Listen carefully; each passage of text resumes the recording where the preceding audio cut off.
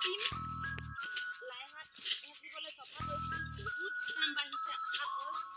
ৰ'দ বুলি থাকিলে নহ'ব সেইকাৰণে ভাবিছোঁ হাবিকে কাটোঁ বুলি মানে কাটিছোঁ হাবি কাটি আছোঁ আৰু এইফালে দেখা দিয়া ধৰি লওক কোনে কৰি আছে মোৰ লগত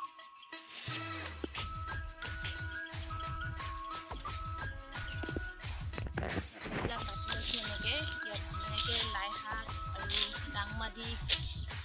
লগাম বুলি ভাবিছোঁ যিহেতু ৰ'দ বুলি থাকিলে নহ'ব ৰ'দটো হ'বই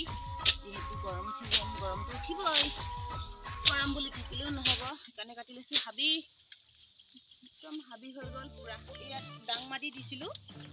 ডাংমাদিখিনি খাই শেষ হ'ল বাৰু গছখিনি মৰি গ'ল বৰষুণ পালে পানী হৈ গ'ল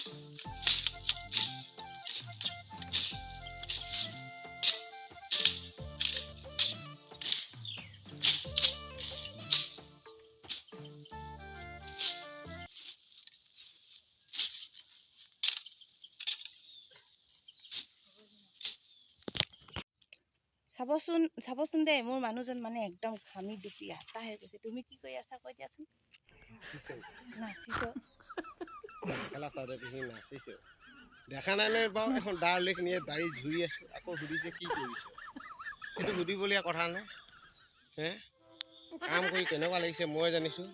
আকৌ ই কৈছে ইমান গৰমত কি কৰিছে আয়ো বাৰীত হৈ পেলাই কি কৰে নাজানে মানুহে হ'ব এতিয়া উপায় নাই আৰু এটা মাকৌ ধৰিব লাগিব একদম মানে লুতুৰ পুতুৰ হৈ আছে মানে গৰমত অলপ পিছপিনে দেখাই দে আয়ো এটা অলপ দেখাই দে বাহ মজা আৰু সঁচাকৈ খুব কষ্ট কৰি আছে দেই ইমান গেলা গৰমত যিহেতু ভিতৰৰ পৰা বাহিৰলৈ ওলাব নোৱাৰি